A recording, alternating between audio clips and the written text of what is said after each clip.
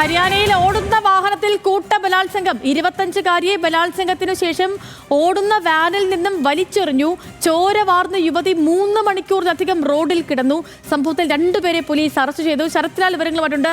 ശരത്ത്, വിവരങ്ങൾ എങ്ങനെയാണ്? ദേവലക്ഷ്മി, ഡൽഹി NCR ഫരീദാബാദിലാണ്. ഡൽഹിയോട് അടുത്ത് കിടക്കുന്ന ഹരിയാനയിലെ ഫരീദാബാദിലാണ് ഈ നടക്കുന്ന സംഭവം ഉണ്ടായിരിക്കുന്നത്. കാരണം രാത്രി മെട്രോ സ്റ്റേഷനിലെത്തിയ യുവതി സുഹൃത്തിന്റെ വസതിയിൽ നിന്നും മെട്രോ സ്റ്റേഷനിലെത്തിയ യുവതിക്ക് മെട്രോ ചൗക്കിൽ നിന്ന് വാഹനം ലഭിച്ചില്ല. അപ്പോഴാണ് മാരുതി ഇക്കോ വാനിൽ 2 പേര് അവർക്ക് റൈഡ് ഓഫർ ചെയ്യുന്നത്. അവർക്ക് തൊട്ടടുത്തുള്ള കല്യാൺപുരി മെട്രോയിലേക്കാണ് അവർക്ക് പോകേണ്ടത്. വസതി അവിടെയാണ്. ഈ സമയത്ത് വാഹനം ലഭിക്കാതെ വരികയും വാഹനത്തിൽ ഈ സ്ത്രീയെ അവർ നിർബന്ധിച്ച് കയറ്റുകയും ചെയ്തു. ഓടുന്ന വാഹനത്തിൽ എക്കോ വാഹനം വെച്ച് ബലാത്സംഗം ചെയ്യും. ആ ബലാത്സംഗത്തിന് ശേഷം രാജീവ് ചൗക്കിലെത്തി ഇവരെ വലിച്ചെറിയുകയും ചെയ്യുകയാണ് ചെയ്തത്.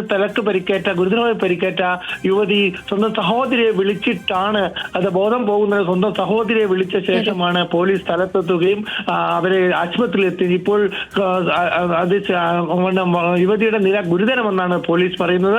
ഫരീദാബാദിലെ മെട്രോ ചൗക്കിൽ ഇത്രയും ഒരു സംഭവം നടന്നത് ഹരിയാനയിൽ നടക്കുന്ന ക്രൂരതയാണ്. രാജ്യത്ത് ഇത്തരത്തിലുള്ള സംഭവങ്ങൾ ആവർത്തിക്കുന്നത് അങ്ങേയറ്റം ആശങ്കപ്പെടുത്തുന്ന കാര്യവുമാണ്. കുട്ടി ഏറ്റവും തന്നെ അപകടനില തരണം ചെയ്ത് ജീവിതത്തിലേക്ക് മടങ്ങി വരുമെന്ന് ആത്മാർത്ഥമായി ആഗ്രഹിക്കാം. കുറ്റക്കാർക്കെല്ലാം തക്കതായ ശിക്ഷയും ലഭിച്ചേ മതിയാവുകയുള്ളൂ. ശരത്ലാലാണ് വിവരങ്ങൾ നൽകിയത്.